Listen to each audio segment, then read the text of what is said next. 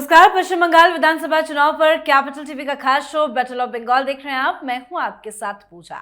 पश्चिम बंगाल में चुनावी हार के बाद अब ममता बनर्जी की पार्टी के भीतर जो कुछ भी हो रहा है उसने साफ कर दिया है कि तृणमूल कांग्रेस सिर्फ चुनाव नहीं हारी बल्कि अंदर से भी हिल चुकी है। जिस पार्टी में कभी दीदी का आदेश अंतिम माना जाता था, अब वहीं खुलेआम सवाल उठने लगे हैं। हार के बाद टीएमसी में बगावत की चिंगारी अब धीरे धीरे आग बनती दिखाई दे रही है। पिछले 24 घंटे में पार्टी के कई नेताओं ने बंद कमरों में ही नहीं बल्कि सार्वजनिक तौर पर भी नेतृत्व पर सवाल उठाने शुरू कर दिए हैं। सबसे ज्यादा निशाने पर है अभिषेक बनर्जी। कई नेताओं का मानना है कि चुनावी रणनीति से लेकर टिकट बंटवारे तक सब कुछ गलत हुआ, जिसका खामियाजा पूरी पार्टी को भुगतना पड़ा। साथ ही हार के बाद कोलकाता के कालीघाट स्थित आवास पर ममता बनर्जी ने 80 नवनिर्वाचित विधायकों की बैठक बुलाई थी, लेकिन सबसे बड़ा झटका यही था कि कई विधायक बैठक में पहुंचे ही नहीं। तो हार के बाद टीएमसी के अंदर क्या कुछ चल रहा है, आज इसी पे चर्चा करेंगे। चर्चा के लिए मेरे साथ स्टूडियो में मौजूद हैं कैपिटल टीवी के editor in chief doctor Manish Kumar और एग्जीक्यूटिव एडिटर राजीव जी। सर, आप दोनों का बहुत बहुत स्वागत है। धन्यवाद।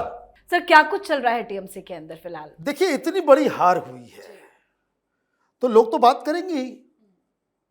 हार का कारण क्या हुआ ये तो पूछा ही जाएगा, लेकिन ममता बनर्जी और अभिषेक बनर्जी ने कह दिया कि पार्टी के खिलाफ, नेतृत्व के खिलाफ कोई भी व्यक्ति बयान नहीं देगा। मीडिया में जाकर के अपने असंतोष को वो जाहिर नहीं करेगा, कोई विद्रोह बगावत की बात नहीं करेगा, कोई नेतृत्व के ऊपर चैलेंज नहीं करेगा। तो जब पार्टी की तरफ से ये बात कही जाती है तो इसका मतलब क्या है? इसका मतलब ये है कि यू हैव एक्सेप्टेड कि पार्टी में सब कुछ ठीक नहीं चल रहा। लोग जो है विद्रोह कर रहे हैं, लोग जो है नेतृत्व के ऊपर सवाल खड़े कर रहे हैं, और सवाल खड़ा होता है कहीं और पहुंच जाता है कहीं और। सारे, अब देखिए, बड़ी खबर मैं आपको दे दूं, ममता बनर्जी हारी और उसका सीधा सीधा इंपैक्ट हुआ क्या? अखिलेश यादव गए थे मिलने के लिए, उधर वो अखिलेश यादव वहां मिलकर के आते हैं और यहां यूपी में आईपैक के साथ इनका करार था कि 2027 के चुनाव में आईपैक उसको कंडक्ट करेगी, और वहां से आते के साथ ही उसने कह लिया नहीं बाबा, अब आईपैक नहीं, आईपैक से करार खत्म, नई एजेंसी खोजी जा रही है। कारण वहां वो ममता बनर्जी से तो मिले, लेकिन और भी लोगों से तो बातचीत हुई होगी। सबने कहा इस आईपैक के चक्कर में आप हार गए, और आईपैक का चक्कर क्या है? IUPAC is equal to Abhishek Banerjee. तो आप ये देखिए, लोग आईपैक पे सवाल खड़े कर रहे हैं। टीएमसी और अभिषेक के जो चट्टे बट्टे हैं, ममता बनर्जी, ये सारे लोग कह रहे हैं कि कोई भी सवाल नहीं खड़ा करेगा, कोई भी जो है सवाल नहीं पूछेगा, पार्टी के हार के बारे में कोई कुछ नहीं बोलेगा। अरे, आईपैक के बारे में बोला जा रहा है, अभिषेक बनर्जी को क्या प्रॉब्लम है? तो ये स्थिति आ गई है कि पार्टी खंड खंड विखंड की स्थिति में पहुंच गई है। हालांकि हार पर मंथन के लिए मीटिंग बुलाई गई, नतीजों के वो भी काफी दिन बाद। मीटिंग में क्या कुछ हुआ? बहुत सारे विधायक के नहीं पहुंचने की भी खबर है। उन विधायकों को लेकर क्या कुछ चल रहा है? देखिए, हार पर मंथन की मीटिंग नहीं थी, अपने विधायकों को जोड़े रखने की मीटिंग थी, जो सुगबुगाहट चल रही थी टीएमसी के अंदर, और जो ममता बनर्जी को इन्फॉर्मेशन मिल रहा था, अभिषेक बनर्जी को इन्फॉर्मेशन मिल रहा था कि देखिए अभी लग रहा है काउंटिंग डाउन हो रहा है, और अगर लगातार ऐसे ही हम इग्नोर करते रहे तो और समस्याएं आ जाएगी। ये हार पर मंथन करने का कोई मतलब ही नहीं है इस समय में।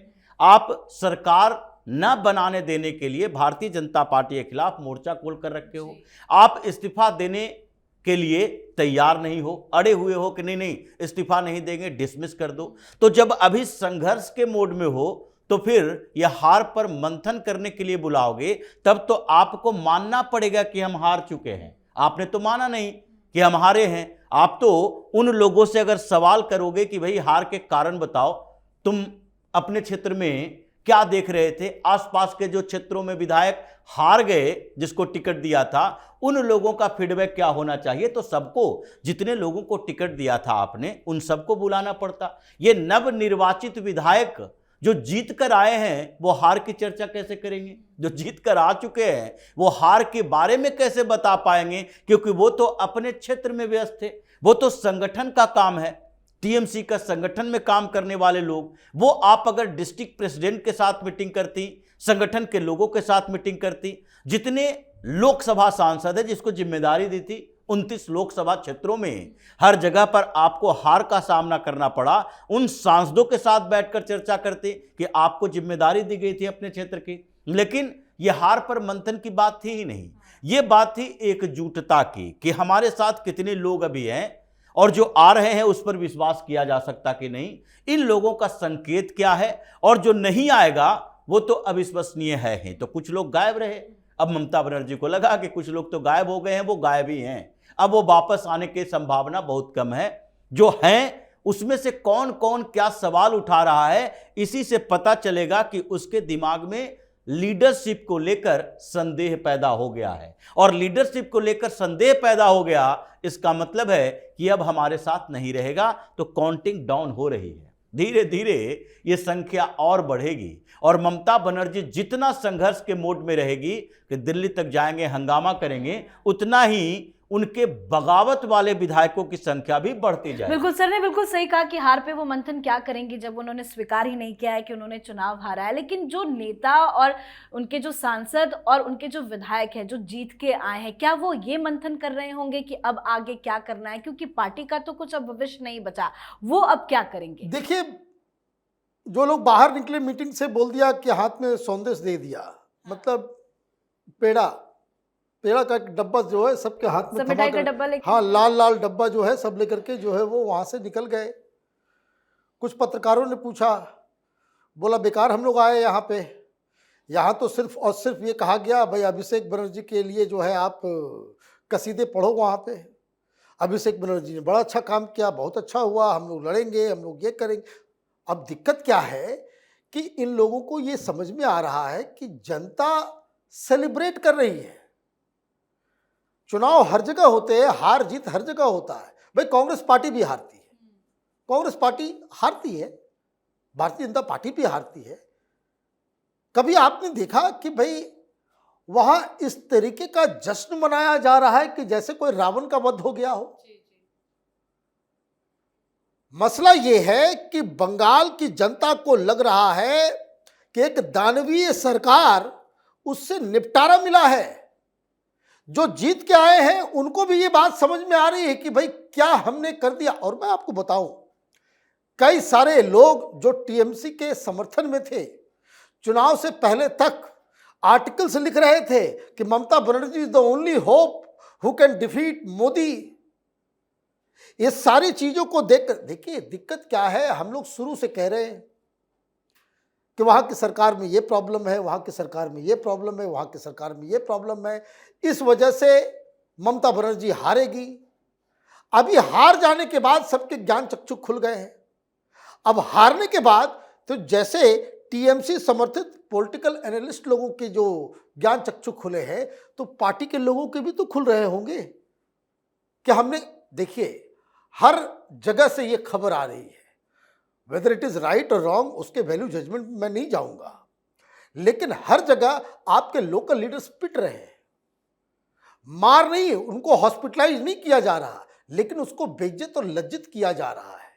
सरकार में जब आप थे तो लोग कह रहे हैं कि भाई सरकार में थे तो ये लोग कितना अन्याय करते थे। तो ये स्थिति हो गई है, आपके साथ सांसद नहीं है, 14-15 सांसदों की बगावत की खबर है। विधायक जो चुन के आए हैं वो पूरे के पूरे आपके पास आते नहीं हैं। आपको हार का आकलन करना है तो आपके जो डिस्ट्रिक्ट प्रेसिडेंट और जो ऑर्गेनाइजेशन के पदाधिकारी हैं वो अब आपके साथ नहीं रहे। कई सारे लोग तो बस भगवा झंडा पहन लिया, अबीर लगा लिया, अब अपने आप को वो बीजेपी का बता रहे हैं, और ना ही आपके पास जनता है। आप क्या करेंगे? समस्या यह है कि कुछ भी आपके साथ होता कि चलो कोई बात नहीं, अब हार गए, और ऊपर से ये अडर मडर जो है अलग कहानी आ रही है, उससे ममता बनर्जी की परेशानी और भी डबल होती जा रही है। एक बात तो तय है कि ममता बनर्जी फिलहाल चुप नहीं बैठेंगी, कुछ ना कुछ नए पैतरे जरूर अपनाएंगी। क्या लग रहा है आगे की उनकी क्या रणनीति हो सकती है? देखिए, ममता बनर्जी पैतरे अपनाएगी, लेकिन अब ये दिखता है कि उनको सद्बुद्धि आती है कि नहीं। अगर अभी से ममता बनर्जी के सलाहकार और जो मीटिंग चल रही है लगातार, उसमें ये डिसीजन हो गया कि नहीं, अभी हम लोगों को सरेंडर करना चाहिए, हार स्वीकार कर लेनी चाहिए, एक संतावना देना चाहिए अपने उन हारे हुए विधायक कैंडिडेट को, और उसके बाद मीटिंग लगातार बुलानी चाहिए और उन लोगों के अंदर भरोसा दिलाना चाहिए जो इनके साथ जुड़े हुए हैं, चाहे ऑर्गेनाइजेशन के लोग हों या फिर जो जीत कर आए हुए विधायक हों या फिर इनके जीते हुए सांसद हों, कि उन लोगों को भरोसा दिलाओ कि हम कुछ बेहतर करेंगे। अभी 2 साल का समय है, 2 साल के अंदर हम अपने संगठन को और मजबूत करेंगे, अपनी छवि जो हमारी खराब हो चुकी है उसको बेहतर करेंगे, और तीसरे साल में यानी कि 2029 के लोकसभा चुनाव में हम आप लोगों के लिए बेहतर प्रदर्शन की संभावना देख रहे हैं। अगर इस दिशा में इनको चलना है, सरेंडर करना है, तब तो संगठन में बैलेंस होगा। अगर आपको डिस्ट्रक्टिव पॉलिटिक्स करनी है कि नहीं हम विरोध करेंगे, प्रदर्शन करेंगे, हंगामा करेंगे, लड़ेंगे, सुप्रीम कोर्ट में जाएंगे, तो आपका समय इन्हीं बातों में जाएगा। और फिर जितने ऐसी पार्टियों में जो नेशनल लेवल पर चैलेंज करने के लिए उन लोगों के साथ खड़े होते हैं जो उनके स्टेट में उनके लिए कोई मदद नहीं कर सकते, फिर तो दिग्भ्रम की स्थिति होती है। अगर ममता बनर्जी चाहेंगी कि अखिलेश यादव के साथ हम मजबूती से पश्चिम बंगाल में लड़ेंगे, अगर ममता बनर्जी चाहेंगे कि उद्धव ठाकरे, शरद पवार, राहुल, ये सारे लोग जो हैं, इन लोगों को इकट्ठा करके हम मजबूत खेलेंगे, तो वहां के जो लोकल लीडर हैं ये तो समझेंगे कि ये लोग आकर भी हमें हराकर ही गए, आगे भी इनसे कोई उम्मीद नहीं है, तो वो तो बगावती मोड में ही रहेंगे। इसलिए ममता बनर्जी के पास सीमित विकल्प है। अगर वो मान लेती हैं तो ठीक, नहीं मानती हैं तो टीएमसी का खात्मा तो धीरे धीरे हो ही जाएगा। बिल्कुल, बहुत बहुत धन्यवाद सर आप दोनों का। धन्यवाद। तो चुनाव में मिली करारी हार के बाद अब पार्टी के भीतर ऐसा माहौल बन गया है कि मानो हर नेता अपनी कुर्सी और भविष्य बचाने में जुट गया हो। जो पार्टी कभी वन वुमेन शो कहलाती थी, अब उसी पार्टी में नेतृत्व पर सवालों की बौछार शुरू हो चुकी है।